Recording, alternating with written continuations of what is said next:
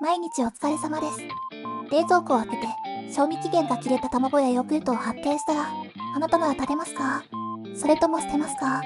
実は賞味期限と消費期限には大きな違いがあるんです。こんにちは、今宮さらです。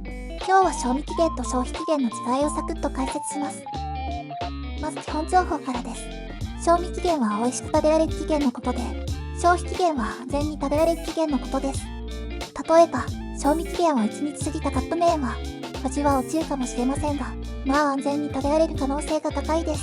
でも、消費期限が切れたお弁当やケーキは、お腹を壊したり、食中毒のリスクが高くなるということです。では、賞味期限と消費期限の使い分けについてです。どちらが使われるのかという基準についてです。パンやおにぎり、素材のように傷みやすい食品には消費期限が使われます。一方、チョコレート、スナック菓子、缶詰、カップ麺などのように長期保存できるものは賞味期限が使われます。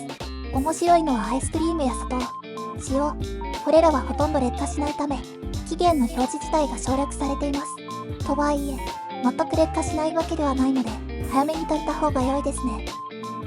では、これらの期限はどうやって決定されるのか？実は食品メーカーが実験で分かった期限に完全率をかけて設定しています。例えば、実験では15ヶ月ほど大丈夫だった食品なら、12ヶ月と少々短めに表示しているんです。つまり、多くの食品は期限を少しぐらい過ぎたとしても、すぐダメになるわけではないんです。ただし、保存方法を守っていることが前提。直射日光を避けて保存と書かれているにもかかわらず、夏場に常温放置していたのなら、期限内であっても当然ながら危険ということです。では、ポイントをサクッとおさらいしましょう。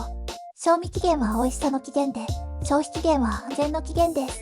傷みやすい食品には消費期限、長持ちする食品には賞味期限が使われます。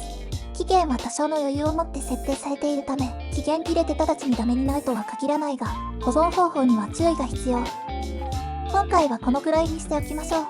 面白かったらぜひ高評価とチャンネル登録で応援してください。本動画はサクッとバチョなので、もう少し詳しく知りたい人は、概要欄に完全版の動画リンクを貼っておきますので、ぜひチェックしてみてください。さらに深く理解できること間違いなし。それでは、また次回お会いしましょう。